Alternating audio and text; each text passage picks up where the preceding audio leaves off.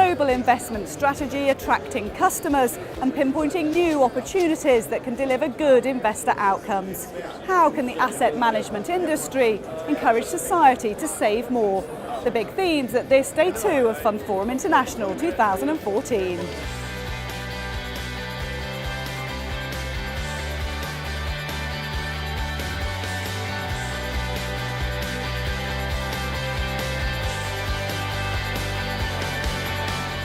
And how do you engage with that younger generation? What are they asking for? I think we now have the first truly digital generation coming into earning capacity, potentially having the money to save. And so it's an industry that it's a market that will need new ways of engagement if we are to tap into that. So I think that's absolutely right, and that's why it's an industry that's possibly ripe for disruption. You know, the people today that are beginning to save have never used vinyl, have never used a CD, you know, would never dream of looking at those ways of harnessing music, and why should investments be any different to that? And with new, younger customers vital to the future, communication is key. Some of our 35-year-olds are really engaged with superannuation, right? So we can't just assume they're not. Some of our 65-year-olds don't care.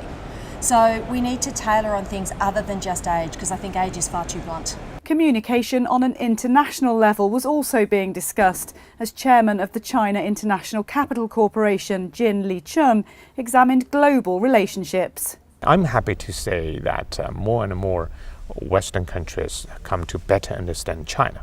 But of course, misunderstanding is inevitable, and that's why we need to continue to enhance mutual trust and mutual understanding. I always believe it's a win-win.